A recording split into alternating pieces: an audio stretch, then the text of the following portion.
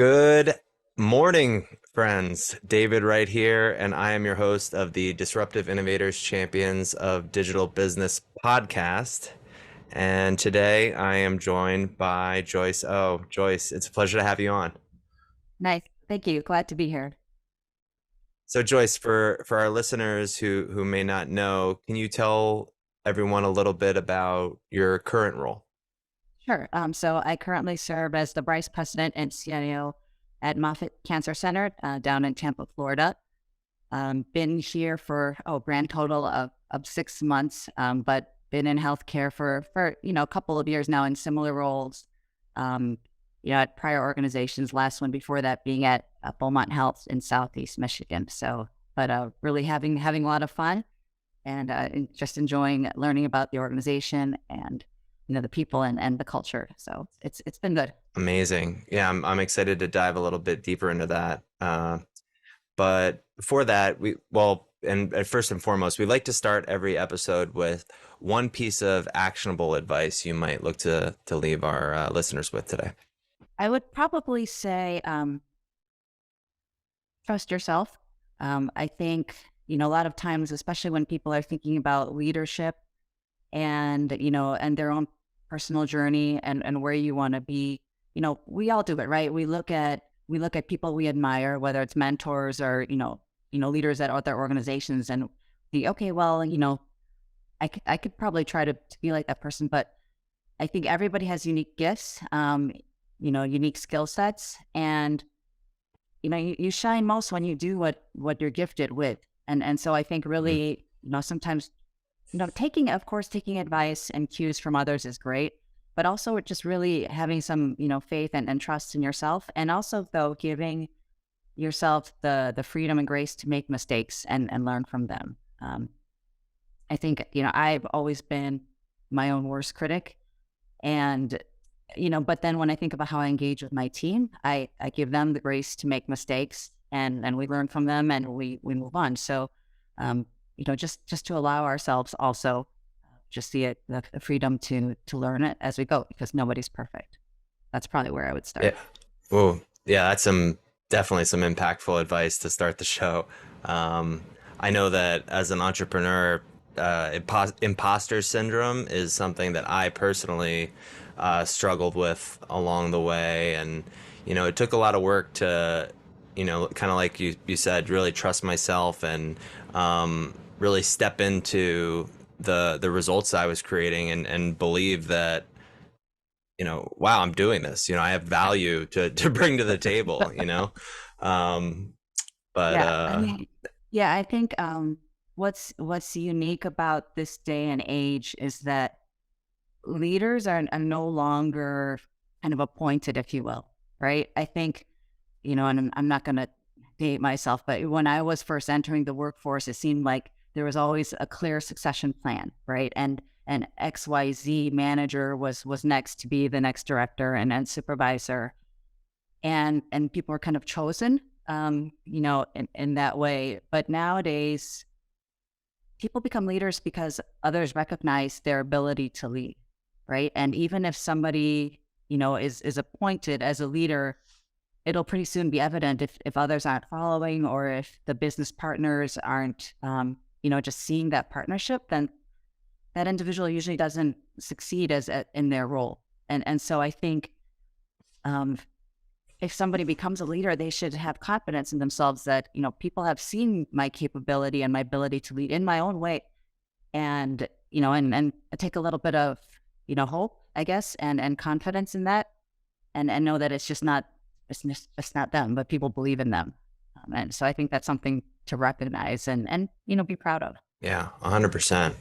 So really interested, Joyce, in learning a little bit more about, how you started out. I know you've been in healthcare for a number of years now, but where did you begin your journey, and how did you get to be the CIO of one of the most esteemed cancer centers in the world?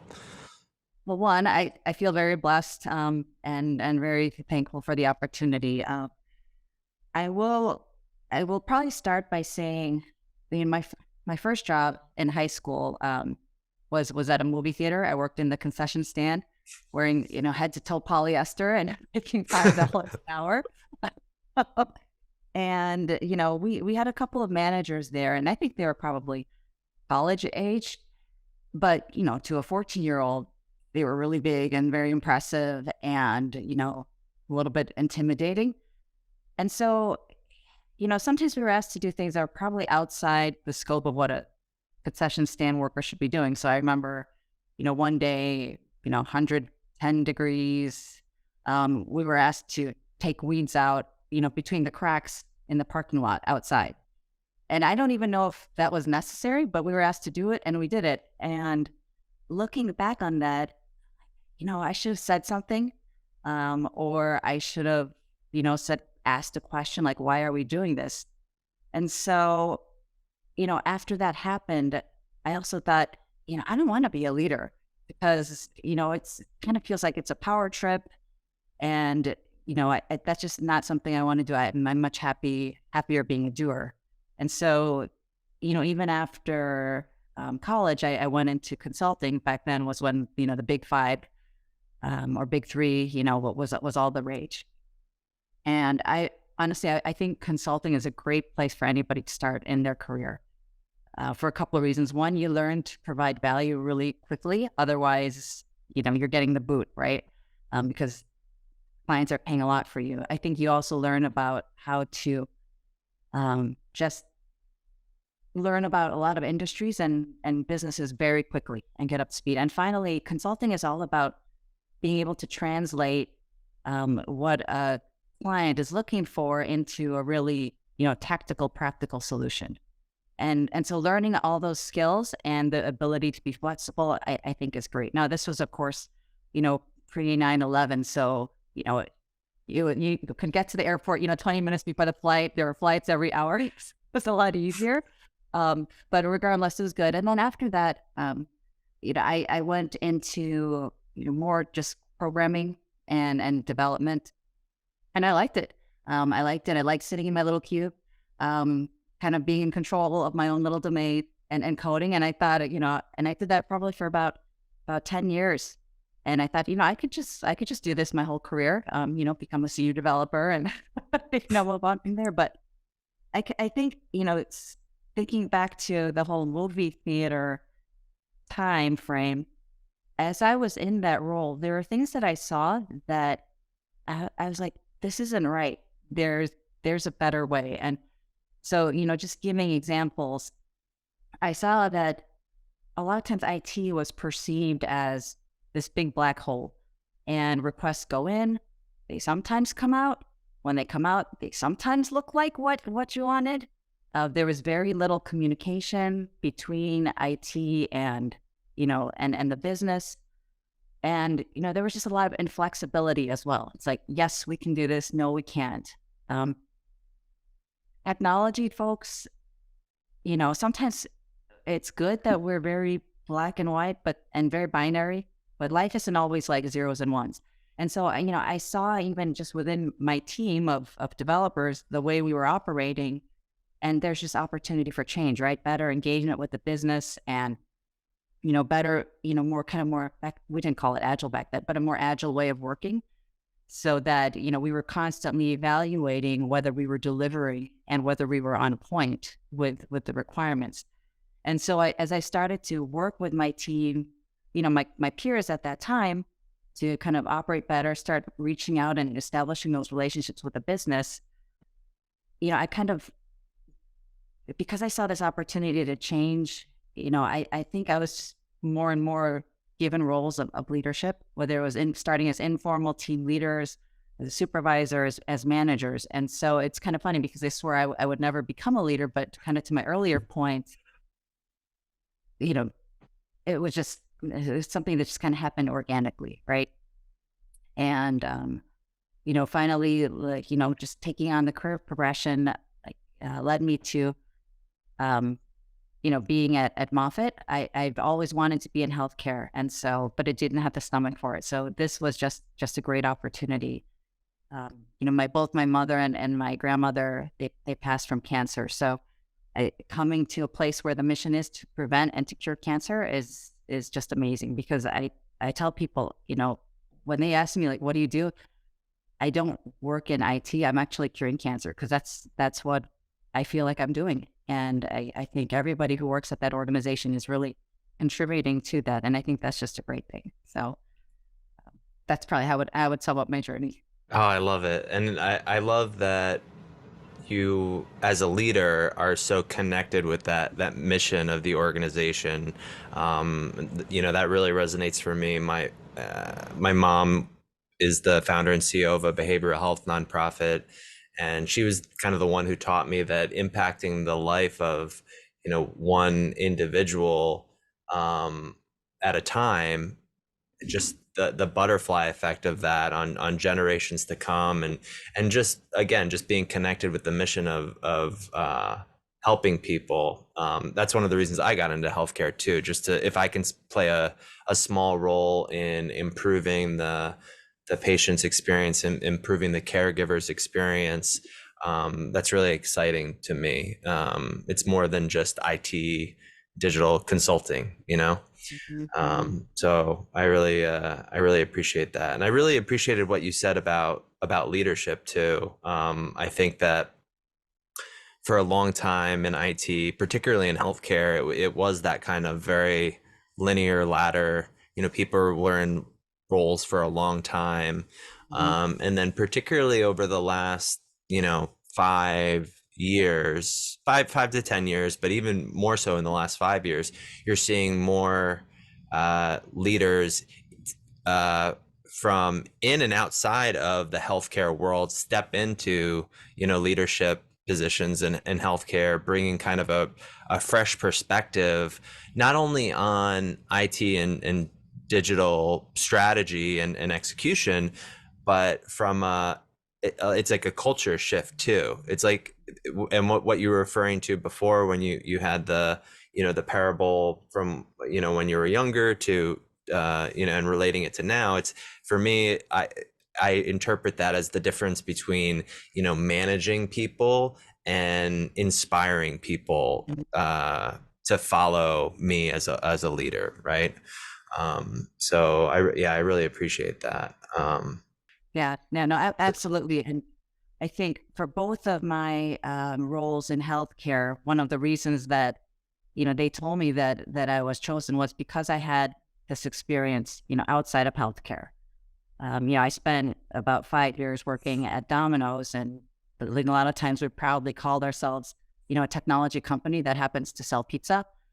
Right. And a lot of those things I learned there, because I think that was the first place where I saw technology being an enabler of the business and actually, generating more revenue and more profit and being, making Domino's be a market differentiator. I mean, I think last year I saw they were doing something where it's like you had an app on your phone. This was after I left, but you had an app on your phone, and based on your facial expressions, it was trying to guess what you wanted to order. So no, I don't know how well it actually worked. Maybe it did, but just that creativity and that innovation. One of the most famous things is, like the Domino's pizza tracker, Yes. where Yes. I believe that came out of just an innovation day where they're like, let's think about where are opportunities and what are the things that we can create. So I think, that attitude of just innovation and looking at things differently and not always saying, well, this is how we've always done it, I think was a great culture that they have.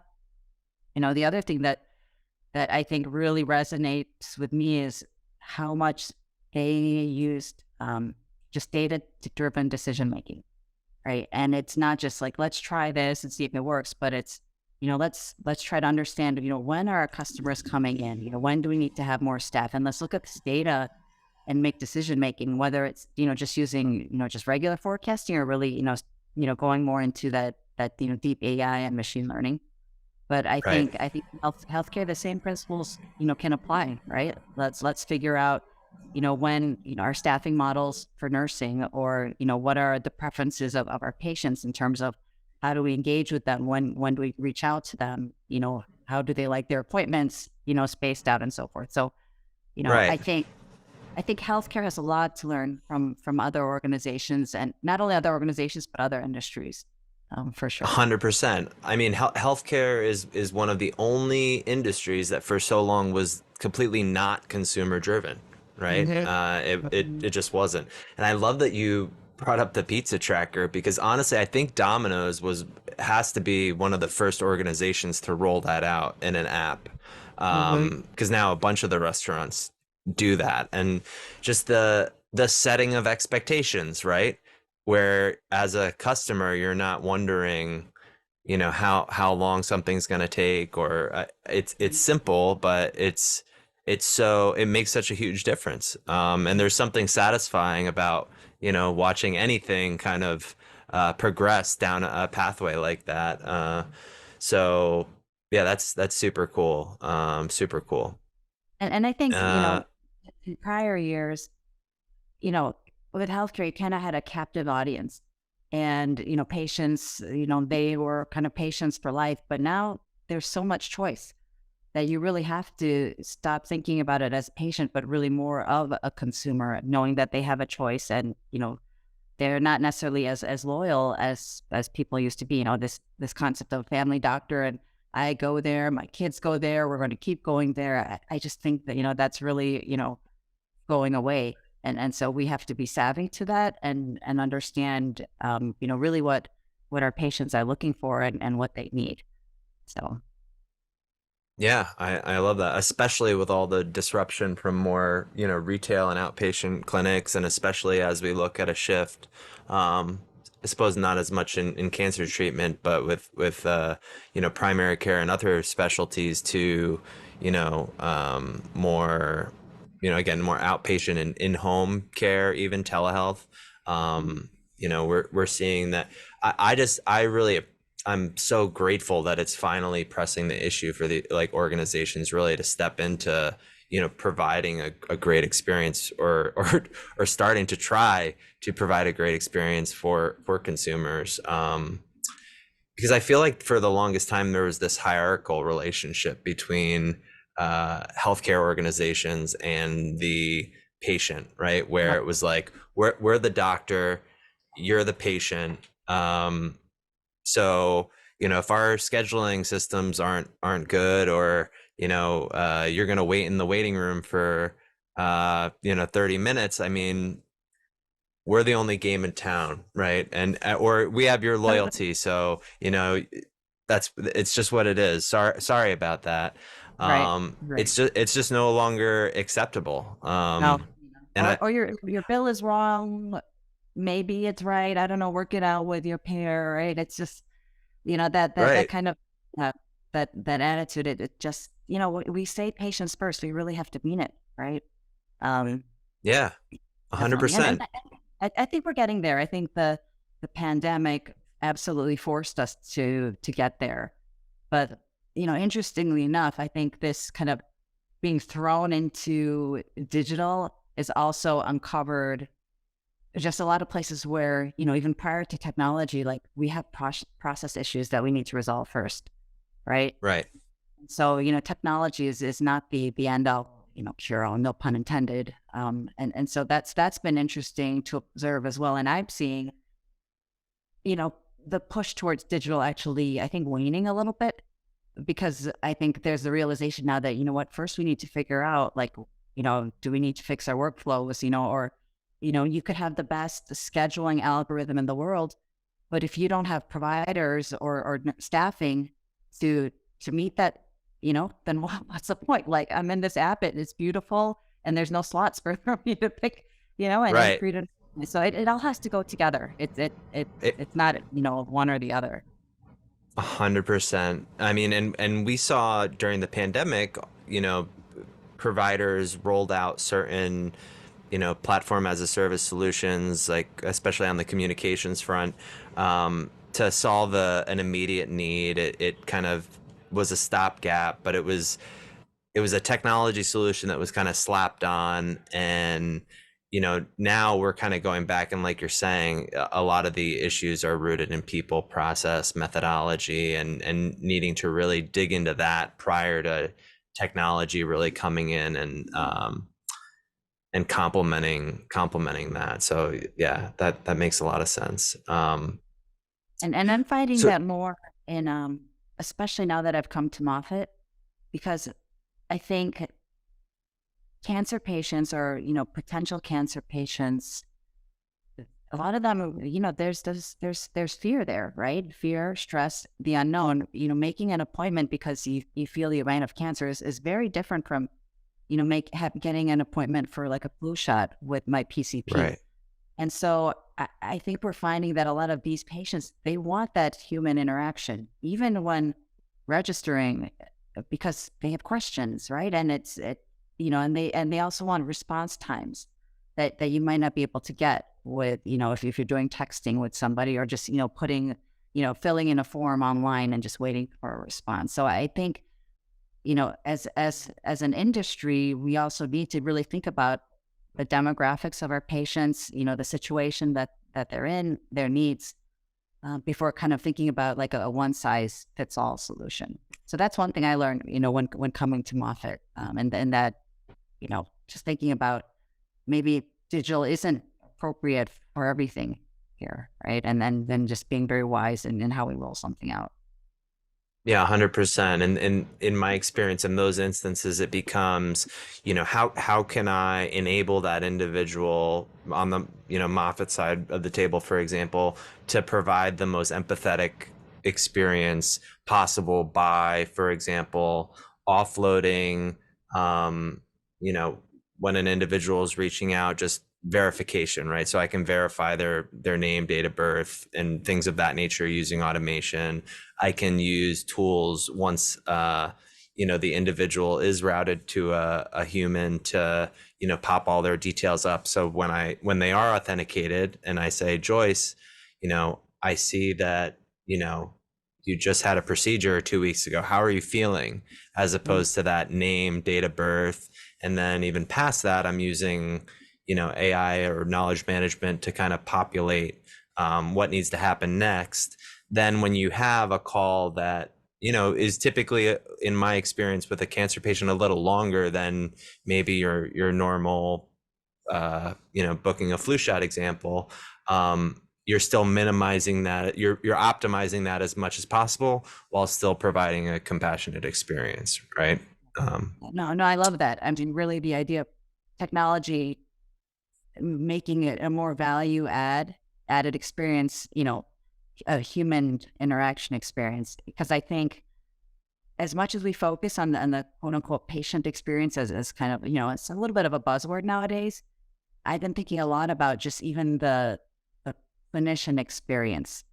And because that's what someone's going to remember, right? It's how did I feel when I engaged with this provider? Were they distracted? Were they frustrated with technology? Did they have to spend a lot of time typing things in, or looking things up on their computer or their iPad? I think that's where we can really make a big difference also, and allowing the providers to do what they do best, and let technology be an enabler, versus a hindrance. And so I think, really thinking about even that side of it too, I think is really important, as a technology leader today. Yeah, 100%. Uh, so Joyce, I'm loving this dialogue. One thing that I did want to understand about your career, kind of, because you have it's always great to talk with someone who came from a consulting background, because like you said, you had so many experiences, working with all these different industries. Was there a time that you were had a challenging moment, professionally or personally, or a failure, if you will, that sticks out in your mind as something that you really took a profound like lesson from, or it was kind of a turning point in your career? Anything that sticks out in your mind?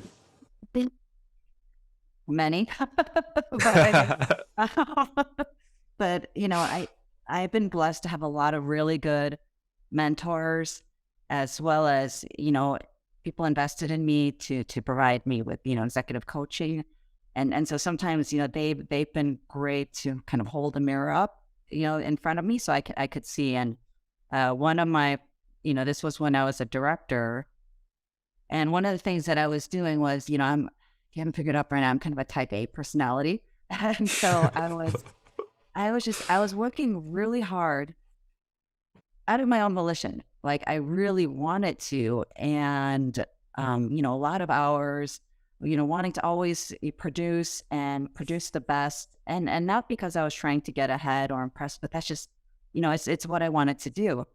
But and I had a team, and I was probably working a lot more than any of my team members, and I would tell myself that, well, how can I expect them to work at the top of their game if I'm not doing it, right? But I didn't see it, but I was doing so many things I think that were hindering my growth at that time. One, I wasn't giving my team opportunity to kind of step out of their comfort zone and try things that would, help them grow into leadership. So, offloading. I was also, unbeknownst to me, I was stressing myself out, right? I mean, working, there's going to be ebbs and flows. Sometimes you're going to have to work, do the 50, 60 hours a week. But I was doing this on a consistent basis, till 1, 2 a.m. Um, and sometimes sending emails at that time and not realizing my influence, I guess, and impact as a leader, um, you know, probably was making people think, well, am I expected to do that? Am I expected to reply to Joyce at that time? And so, and then finally, just learning how to trust others more, and not have to do everything myself, and not have to kind of double check everything myself. And then finally, I was becoming known as kind of the doer. And so, my CIO at the time, he said, you're never going to get to the next level if people always see you as a doer, Right. and they're even going to be afraid to promote you, because then they're going to say, who's going to do the work if Joyce isn't here? And so Right. so all these things. And I think even my coach at that time, she held up, we were on Zoom, and she held up this big red button, and it just said no. She's like, you need one of these buttons. And so, be able to like push it, and not be afraid, and say no or delegate. And so those were some things that I really had to reflect on and make deliberate steps to change that behavior, especially when things got busy, especially when there was something, high profile coming up. I would find myself trying to kind of slip back into that mode. And so saying, nope, Right. you're not doing that. You better remember, if you're growing in a different direction, and consciously make that effort. And sometimes it was hard, but, Yeah. just continuing in. And I think as you practice new behaviors, it becomes easier. But I think without learning those lessons, I would probably still be, doing PowerPoints at 1 a.m. right now, instead of talking to you, to be honest. So, Yeah, I mean, I just identify with that so much. I mean, as a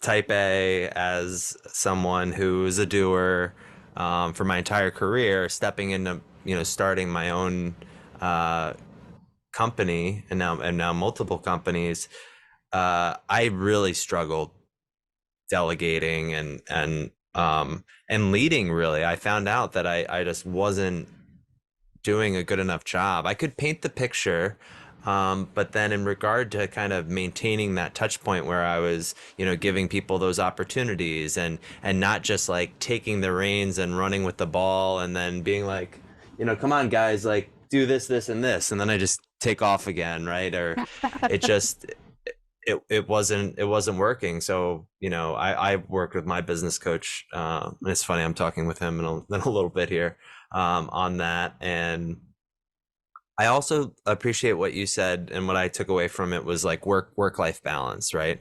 Um, that at this juncture is so important to me, because and I had this realization, uh, the most profound realization for me, of this was only like a little less than a year ago, I just had a personal moment where I had one of the bigger meetings of my career, but there was some stuff going on at home, and I was kind of like, what is the point of all this if not for living like a really beautiful life with my family, like whatever that looks like for any particular individual.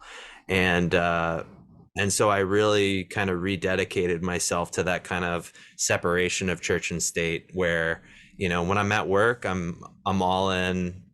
Obviously if my family reaches out, I'm gonna text them or call them back, but I'm really, but then when I'm home, Well, I'm then, all in on my family, right? mhm. And that has really helped me kind of create that balance. And obviously I also need to take care of myself so that I can show up for my family and show up for my colleagues. And for me that looks like mindfulness and meditation, like trying to Mhm. stay active and like do So, yoga, yeah. um because it's easy for me to slip back into old behaviors if I don't, maintain that mindfulness, right? It's like it's a daily practice for me. Yeah, So, absolutely. It's like when you're, when you're watching those airplane safety videos, like they always say, put your own oxygen mask on first, right? Before helping somebody else. Especially as leaders, we have to, we have to be healthy, and we have to be in a good space, right? Mentally, spiritually, physically, so that we can lead others. Interesting though, like, I don't know if you've heard, the phrase that's been going around for a few years, right? Instead of work-life balance, people are replacing that with work-life integration. And especially, I think, with the pandemic, we were forced to like bring our work into our personal lives. So it's funny because, like, you'll be on these Zoom meetings or team meetings, and somebody's kid will be, in there, like I'll see like cat's tails, going across the screen. You've seen that too, right? And right. so, maybe it's like we have to come to the realization that, work and personal life are a lot more integrated now. And I think in some ways it helps you realize that, like, your coworkers are people too. People, Right? right. They have families, they have issues, they have personal things that are going through. And I think it helps, when, say, you're having a bad meeting with somebody, or you're just not seeing eye to eye, to think, well, maybe there's something going on with them. And just to seeing everybody, through the lens of a little bit of, more humanity. And so I think that's just an interesting culture shift that at least I've observed a little bit since, more since the pandemic. Yeah, that's definitely true. I like that work-life integration. So Joyce, let's transition back to Moffitt. So we talked about, the significant mission of the organization to eradicate or cure cancer. What are some of the key initiatives you're focused on? How does that overarching mission impact or inform your vision for IT and digital? No, absolutely. There's a lot going on at Moffitt, and it's great. I mean, we're planning on, I think, doubling or at least 50% of increase, one or the other, of our workforce in the next 5 years. We're opening a new hospital end of July, actually. And I know many people have the exact number of days and hours out, and I don't know if it's because they're excited or stressed or both. But the thought for this hospital is really to be, almost a state of the art, with technology, like, when a worker enters the room, to have real time location tracking, so that there will be, like, a voice announcing, and also on a TV screen, who it is, who's coming in, their name, their role, right, just to put the patient a little bit more at ease, right? Just, we've got these kind of smart beds that are going to, take the vitals of the patient and then just automatically send that data to the EMR. Wow. The ability for the patients to kind of control their ambience, right, through, lowering the blinds and, volume of things and so forth. So that's really exciting. I think that another huge thing we're doing is we just broke ground on 700 acres of land in Pasco County. And that's bigger than downtown Tampa, just to give you an idea of size. And, like Whoa. it's like yeah, exactly. It's a square mile. And right now it's just wetlands. But the vision is to really develop this into almost like a life sciences park. So I know we kind of like a hub and spoke model with, of course, patient care at the center. So hospital outpatient, lab services, imaging, but also to have research there, maybe to bring in some, tech, innovators, as using, incubator programs. We've been talking to like YMCA's, hospitality, because the thought is, this could actually be a place for people from not only outside of Florida, anywhere in the United States, even, from outside of the country to come to really get this, cutting edge treatment. And, the beauty of it is right now it's just wetlands. And as part of the vision, I think over 50% of this land is going to stay as is, even when it's fully developed.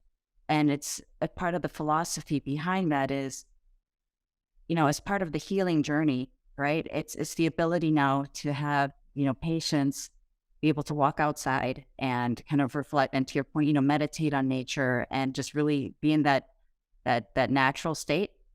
And, Mm, even keeping like, the trees as is, and, not putting in like the ubiquitous palm trees, necessarily. And so I think that vision is just amazing. And to be able to say that, I and we had a hand in developing this, that will, I think a lot of us, you kind of want to be able to leave a little bit of a legacy, and, for to sure. be part of something that's going to live on long after you're gone. And so, to be able to say, I had a hand in building this, and making a difference in something so amazing, to me, that's super exciting.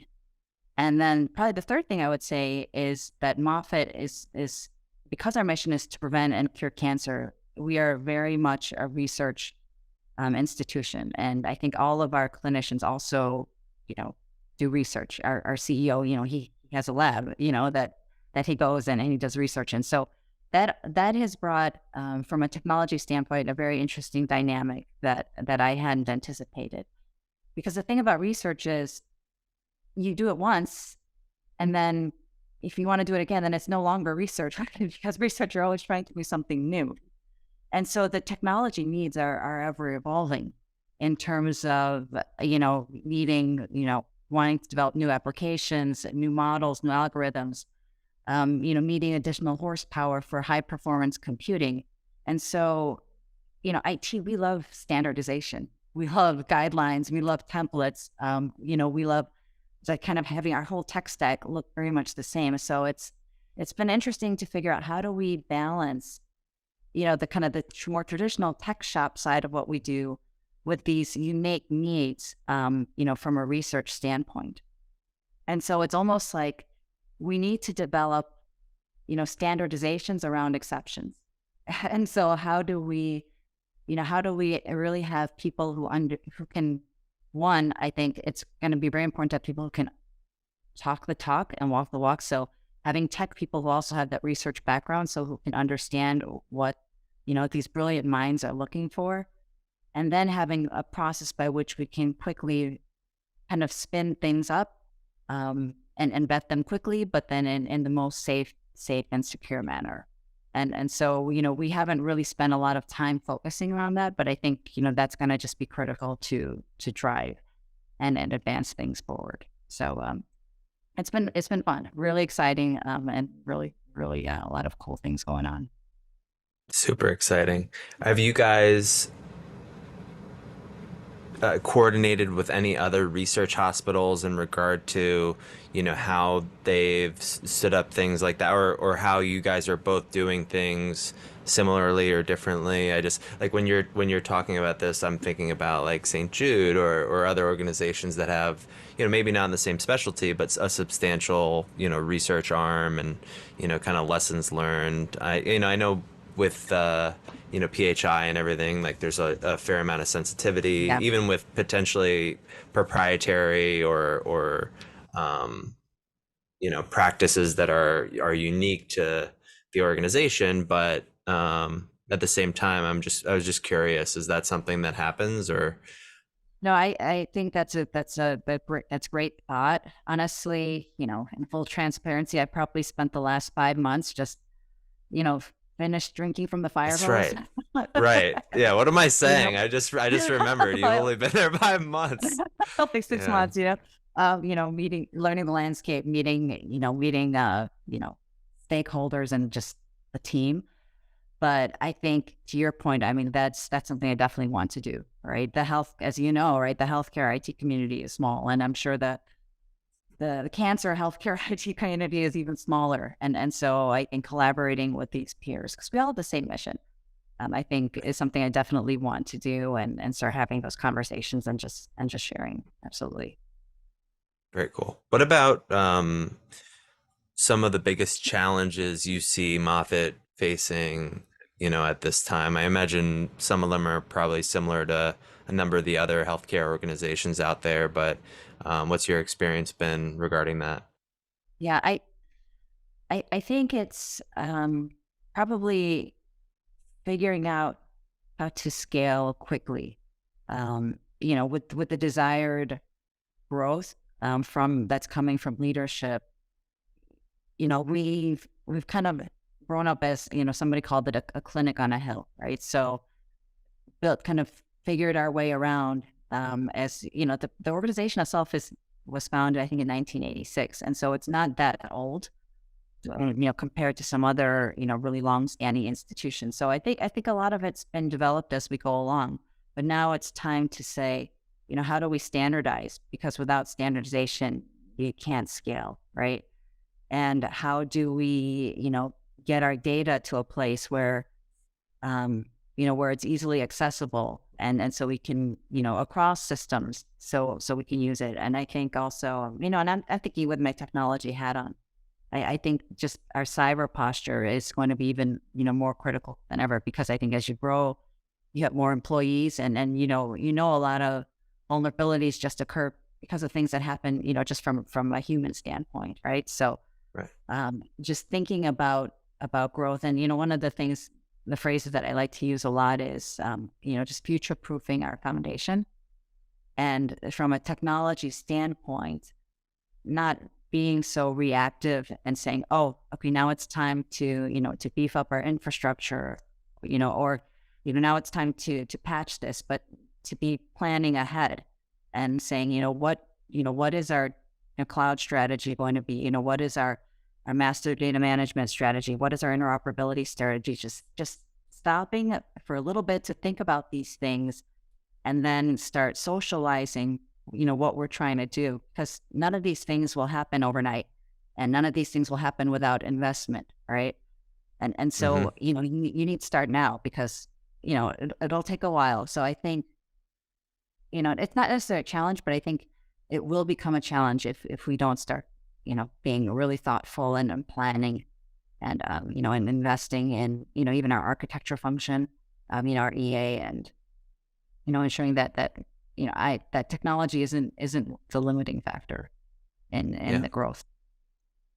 Well, and I think that I mean, consulting background comes through too, and organizational change management, right? Is one of the things I hear when you mention some of that. Just because so much of what we do is really, going out in the organization and enrolling stakeholders, hearing what's going on in their world, understanding their vision for the future. Because, oh, by the way, oftentimes there is various stakeholders in the organization that know where we need to go, Mhm. and oftentimes they may think they have a different vision than this individual, but it Yeah. turns out that it's not that different, and it's I my job to kind of tie that all together into something that everybody can get behind, right?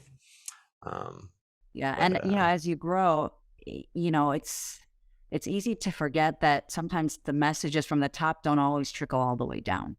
And so to us, mhm. we're like, oh, well, it's obvious. These are our top priorities, especially at our level, when, you're hearing about them all the time in leadership meetings. And I think sometimes we forget to cascade it downward. And so then, our folks, our team members, they're getting tapped on the shoulder for other projects that sound very important, and they probably are, but they don't have, enough knowledge to push back and say, well, this isn't on the roadmap, right? Or, can you explain a little bit more, like, what this project is? They don't know, and they're, just trying to be helpful as many IT professionals are. But we end up then, really being scattered in what we do, and not in alignment with just really the overall organizational strategy and goals. So I think, with growth, you're absolutely right. Change management, communication, and just making sure we're constantly on the same page is so important. Yeah. So Joyce, couple last questions here as we wrap up. I know you don't have a crystal ball, but um, what do you think will be some of the biggest changes as time passes in healthcare? Where do you see the industry going in the future? Any thoughts on that? And it's a vast question, so Ah. just Right. Healthcare in general, or healthcare technology, both. dealer's choice. Dealer choice. I like that. Um, I think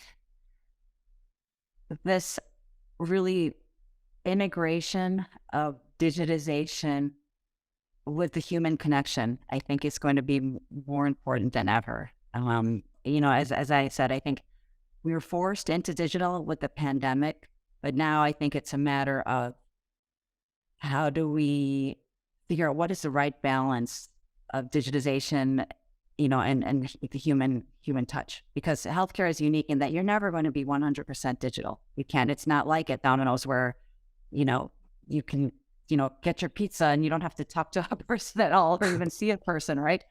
And Right. so how do we best really, figure out what that balance needs to look like? I think is going to be key.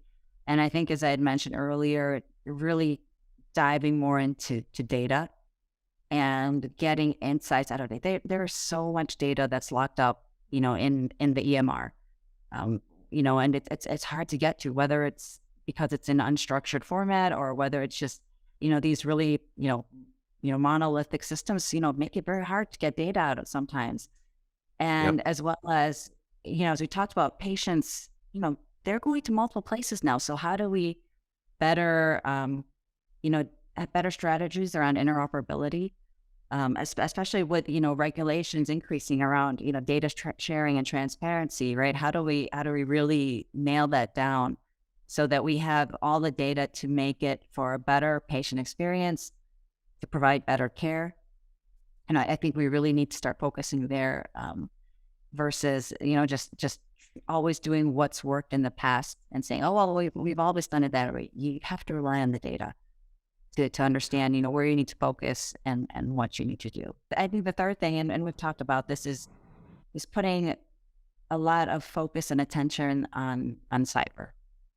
I mean, it's horrible, why healthcare institutions are targeted, and it's because of that human component, right? If you get hit, with ransomware, and they'll hit the hospitals because they know that lives are on the line, and it's just Right. horrible to think about, but it is what it is. And so really putting that focus on it, and sometimes it's actually always, it's more than just your cyber posture. It's about working with the organization to ensure that you have proper, business continuity plans in place, right? You understand your downtime procedures, and you're running drills and tabletop exercises. Putting, it's not glamorous, but it's so important. And so I think really getting us into that state of just security as everyone's business is going to be even more, crucial to healthcare than ever before. Yeah, huge. Two last thoughts on that.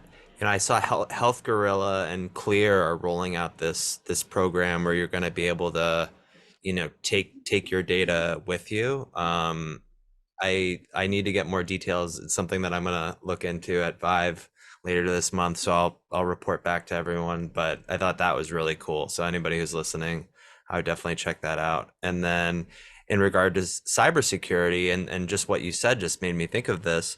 Because yes, zero trust, yes, having a SOC and all of that, but also we see that like 50% of the time with these attacks, what's happening is an individual within the organization who's just like disgruntled or wants to make some money or whatever is going outside of the organization and siphoning information out so that the attack can happen, right? So to Or they're me, not aware and they're clicking on a phishing link, right, right? And nobody knows to them, right? So right. So I think that you know the education is important, kind of like you said, and what am I doing to impact the culture of the organization so that people don't feel like they need to do that. And I mhm, guess anybody could be in that position, but just something I thought of randomly. mhm. So Joyce, last question. If you could go back 5 or 10 years in time, what advice would you give your younger self? I think probably just enjoy the journey, um, where you're at, and not always be, thinking, what's the next goal, what's the next step. Um, I've since learned since then, and I tell my folks this all the time, like you have to love what you're doing, you have to like the people you're working with, like not 100% of the time, but we Right. spend way too much time at work and our careers to not really like what you're doing and feel connected to the mission and to the organization and feeling like you're making a difference. And so I think, just really having more of that attitude and being more relaxed and freed about it, I think is probably, the advice I would have given my younger self.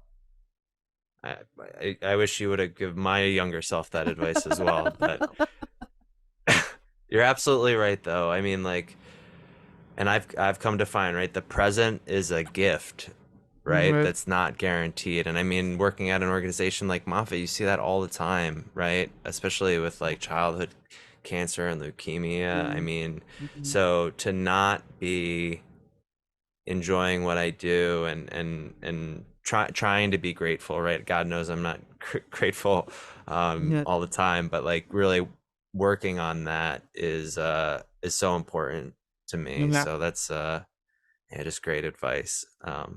When I used to So have an office that I went to every day, I had a sticky that I put on the wall, and it said, nobody's tombstone ever said, I wish I went to more meetings. Right? So it's right. like, yeah, Uh you got to put everything into perspective, for sure. 100%. Joyce, it was an absolute pleasure having you on. Thank you so much for taking the time today. Oh no, thank you. I really enjoyed our conversation, David. It's been a pleasure to be here. Me, me too. And to our listeners, thank you for tuning in, and we will catch you all next week.